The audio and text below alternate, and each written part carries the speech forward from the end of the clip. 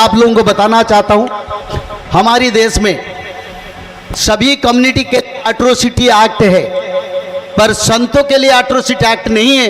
पर हमारा हिस्सा 80% है, हमारा 80% हिस्सा।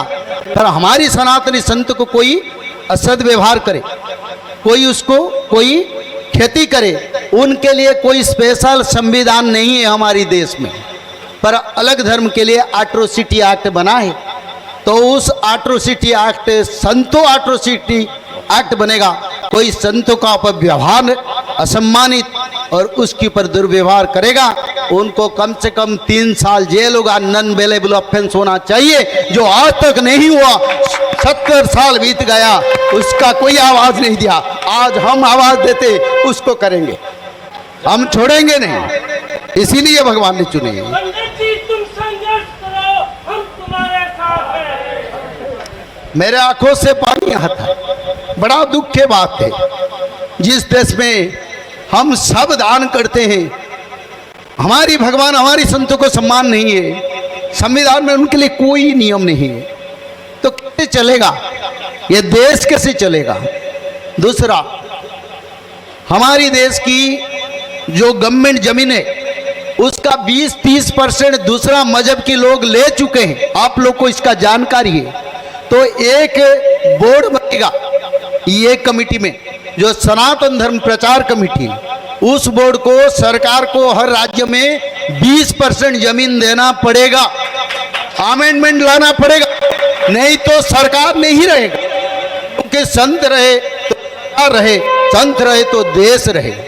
तो 20% जमीन हमारा हिस्सा है, जो अलग धर्म को दे चुके हैं, हम अब नहीं छोड़ेंगे।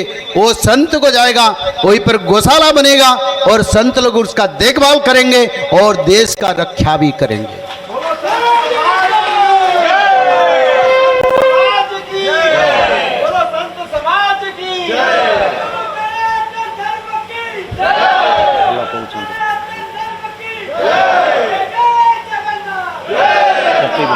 और किस एजेंडा है? जिस एजेंडा में साधु संत को स्पेशल अलाउंस धर्म प्रचार के लिए, क्योंकि धर्म प्रचार हमारा वेद शास्त्र का मूल तत्व है, हम वेद को अनुसरण करते हैं। इसमें लिखा है धर्म प्रचार के लिए देश का बजट का कम से कम 10% उसमें विनियोग होना चाहिए, जो आज 70-75 साल हो गया, नहीं हुआ। सब साधु संत को मुर्गा बनाया, संतों को अधिकार किसी ने नहीं दिया। हम छोड़ेंगे नहीं, हम सुप्रीम चाहेंगे, इसके लिए हम सब मिलकर लड़ेंगे।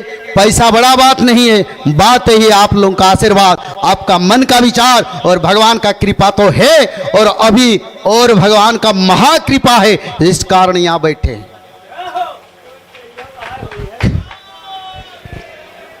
और दूसरा तत्व, जो साधु संत उम्र हो जाता है, जीवन भर घूम घूम के तीर्थ व्रत पर्यटन करते हैं, धर्म के माध्यम से धरती का सुरक्षा होता है, मानव खाता है, धरती पर बारिश होता है, धरती पर मानव लोगों को सुख स्वाच्छंद्य मिलता है, नवग्रह संतुलन हो जाते हैं। उस साधु संत बुढ़ा उम्र में रोग बीमारी में देखने वाले कोई नहीं है इस देश में, फिर भी हम बोलते हैं सनातनी है।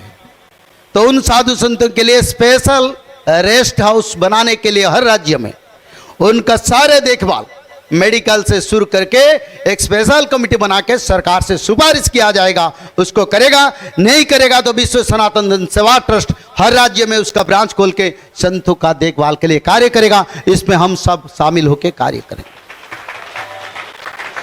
हम अनाथ नहीं है, हमारा नाथ जगन्नाथ है, इसीलिए जगन्नाथ क्षेत्र में आज ये विचारधारा है।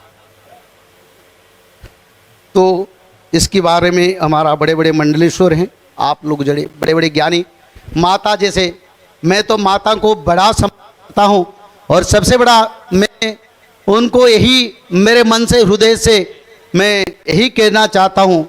देखो, एक नारी वो भी साध्वी होके धर्म प्रचार कर रहे हैं, पर जो लोगों का पास शक्ति सामर्थ्य है वो हिंजड़ा की तरह गांव में घूम रहे, पैसा करप्शन कर रहे हैं, पर नारी माता आज धर्म प्रचार कर रहे हैं। यही है सनातन का शक्ति है।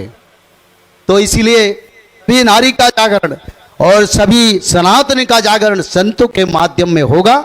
ये स्टैंडिंग कमेटी यहाँ बनेगा सभी का सहमति में, उसका जॉइंट प्रेस रिलीज होगा। उसका बाद दिल्ली में होगा मीटिंग, और दिल्ली में हम हमारी देश की मुख्य इसके बारे में जानकारी देंगे।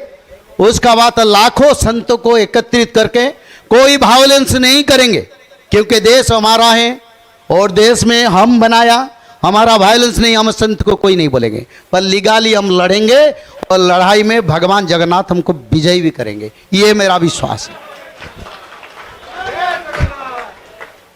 तो इसलिए आज की विचारधारा आप लोगों को क्षमा मांग के मैं ही रखता हूँ। जय श्री माधव। जल प्रलय, महामारी और भूकंप, अग्नि प्रलय, वर्ल्ड वार 3 और महाविनाश, ये तो एक दिन होना ही है। लेकिन इस सब से आप बच कैसे सकते हैं? सबसे पहले नॉनवेज खाना छोड़ दीजिए, अंडा भी नहीं खाना है, और किसी भी तरह का नशा मत करिए और गलत काम मत कीजिए, और सत्य, प्रेम, दया, क्षमा और शांति का आचरण कीजिए। और 3 चीज कीजिए, उसमें से सबसे पहला है त्रिकाल संध्या यानी त्रिसंध्या। उसको दिन में 3 बार करते हैं। जैसे सुबह में करते हैं ब्रह्म मुहूर्त में, सुबह 4 बजे से लेकर के 6 बजे के बीच में आप कभी भी कर सकते हैं। लेकिन आपको समय नहीं मिला तो समय आप आगे पीछे कर सकते हैं, आधा घंटा 1 घंटा पीछे कर सकते हैं। दोपहर में 11:30 बजे से लेकर के दिन का 1 बजे तक कर सकते हैं, उसके बीच में शाम को 5 बजे से लेकर के 6:30 बजे तक कर सकते हैं। दिन भर में 1 बार नहा के त्रिकाल संध्या जरूर करें। बाकी समय आप हाथ पैर मुंह धोकर भी कर सकते हैं, और 3 बार आप श्री गंगे बोल करके स्टार्ट कर सकते हैं। जो दूसरा उपाय है वो है श्रीमद् भागवत महापुराण पठन। दिन में 1 अध्याय जरूर पढ़ें, दिन भर में 1 अध्याय जरूर पढ़ें, वो भी ना हो सके तो 1 पन्ना तो जरूर पढ़ें। अगर उतना भी समय नहीं है तो 1 श्लोक जरूर पढ़ें। तीसरा उपाय माधव नाम का जप करें, निरंतर करें, कोई भी काम करते हुए करें, हमेशा माधव नाम का जप करें। त्रिसंध्या का पीडीएफ, श्रीमद् भागवत महापुराण का पीडीएफ और भविष्य मल्लिका का फ्री ई बुक भविष्य मल्लिका पुराण, ये सब आपको डिस्क्रिप्शन बॉक्स में मिल जाएगा। भविष्य मल्लिका के बारे में अधिक जानकारी के लिए आप भविष्य मल्लिका के वेबसाइट पर संपर्क कर सकते हैं भविष्यमल्लिका.com। और अधिक जानकारी के लिए भी कल्कि अवतार ऑफिशियल चैनल को देख सकते हैं, जहां पर मल्लिका के बारे में खुलकर बातें रखी गई है, जहां पर आप लगभग 1000 जितना वीडियो आपको देखने को मिल जाएगा। और भी आपको अधिक जानकारी जानना है त्रिसंध्या के बारे में और कोई आपको सवाल है तो नीचे दिए गए नंबरों पर आप संपर्क कर सकते हैं।